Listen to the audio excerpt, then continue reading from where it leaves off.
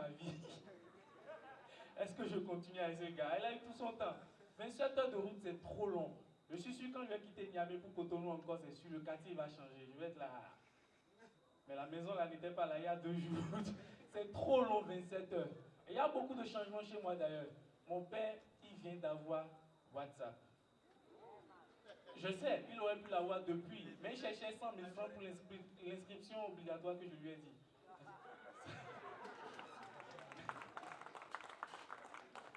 Et depuis qu'il a installé WhatsApp, il n'est plus un. Parce qu'avant, quand il n'avait pas, moi j'allais dans sa chambre, je dis bonjour papa, il me répondait. Le jour où il a eu WhatsApp, je dis bonjour papa, il dit connais-toi. Tout se passe en ligne maintenant, connais-toi. Il n'est pas du tout un... Et il fait des statuts tous les jours. La dernière fois, il a mis ma femme prépare du riz pour mes vilains enfants. Est-ce qu'il est obligé de préciser qu'on va manger du riz? Est-ce qu'il est obligé de faire tout ça? Mon père, il fait ce qu'il veut. Ah, les photos de profil, ah, il change tous les jours. Et vous voyez les photos des darons là, non? Vous voyez un peu les photos rapprochées là. Ah, mon père, il ne rapproche même pas, il scanne le visage. Tout le temps, on voit que son nez, c'est bizarre. Mon père fait ce qu'il veut. Ça, c'est un frère béninois. Mon père fait ce qu'il veut, mais il y a un truc qu'il n'aime pas sur WhatsApp, c'est les groupes WhatsApp. Ça, il n'aime pas. La dernière fois, on a une tante qui a créé un groupe. Il est venu me dire, Venance, comment on sort discrètement du groupe? Tu sais que ta tante va encore venir nous demander de l'argent, non? Le seul problème, c'est qu'il a laissé le message directement dans le groupe.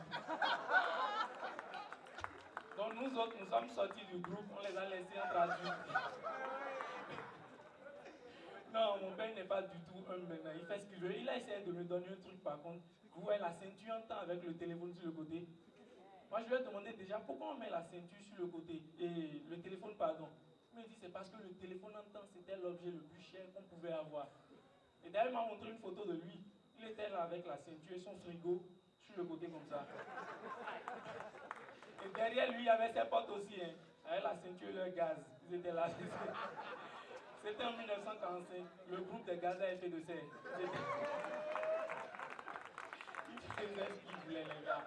Non, mais je suis quand même fier de voir mon père, tu vois. Je suis fier de voir tout ce qu'il entreprend aujourd'hui, tu vois, les connecter, tout ça. Par contre, mon petit frère, à chaque fois que je le vois, j'ai un doute. Moi, mon petit frère, je lui ai dit, quand ton téléphone tombe dans l'eau, il faut le mettre immédiatement dans le riz.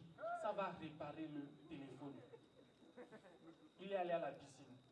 Il a gardé sa sacoche, le téléphone dedans, il voulait plonger. Je dis attention, c'est dangereux. Il dit t'inquiète, j'ai mis du riz dans la sacoche. Il a plongé directement. Heureusement pour nous, hein, on a sauvé le téléphone. iPhone 12, c'est cher, gars.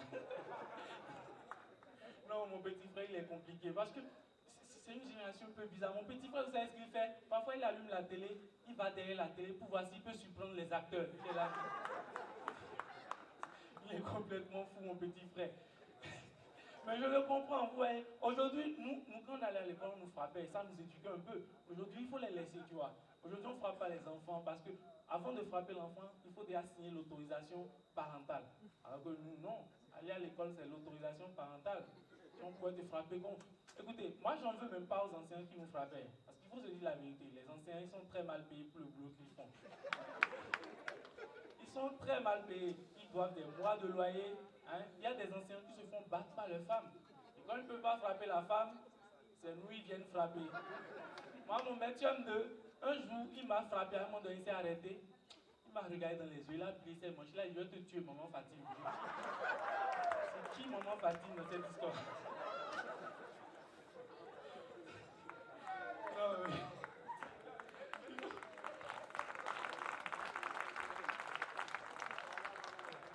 Non, mais ils font ce qu'ils veulent, tu vois. Et moi aussi, je me suis mis dans l'enseignement parce que, comme je fais de l'humour, à chaque fois, les gens me disent, qu'est-ce que tu fais à côté? Et moi, ça me dérangeait. Du coup, je me suis mis un peu dans l'enseignement. Je suis devenu répétiteur de mathématiques d'un élève en classe de terminale. Et le petit, il est très nul en maths. Et moi, je me débrouille bien en histoire géo. Non, je suis un professeur sans histoire. Hein. Je me débrouille très bien en histoire géo. Et je lui ai dit, mais vous en êtes où actuellement à l'école? Il me dit les équations à 2 inconnus. Je lui ai dit, viens, on va faire une inconnue d'abord. Il me dit, non, il faut qu'on trouve les 2 inconnus. Je dis, ok, c'est ça, prends à gauche, moi je vais prendre à droite.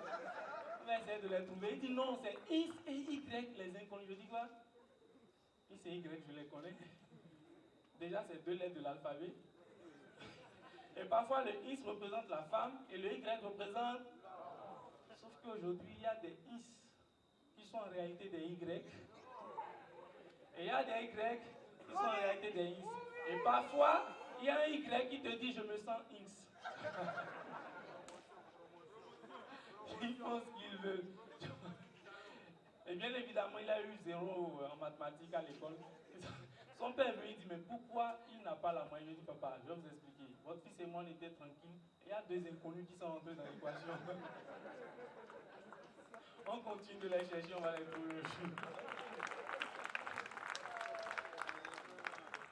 Mais l'humour c'est compliqué, je vous le dis. À cause de l'humour, j'ai dû quitter la maison de mon père parce que c'est un peu compliqué, il n'accepte pas encore. J'ai dû quitter, je suis allé m'installer chez un ami. Et je vais vous dire, quand vous êtes chez votre pote, non, c'est cool. C'est free, c'est chill, vous faites ce que vous voulez. Jusqu'au jour, il te dit, Venance, va te promener un peu, ma copine arrive. Tu vois? Et tu es obligé de le laisser passer sa maison. Tu vois? Et chaque jour, il continue, Venance, va te promener un peu, ma copine arrive.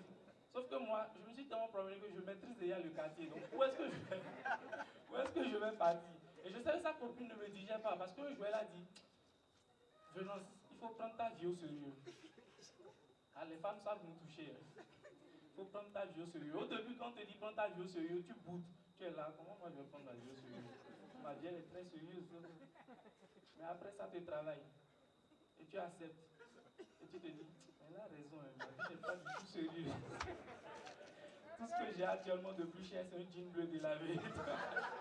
Je vais vous laisser là-dessus. Merci beaucoup de m'avoir écouté.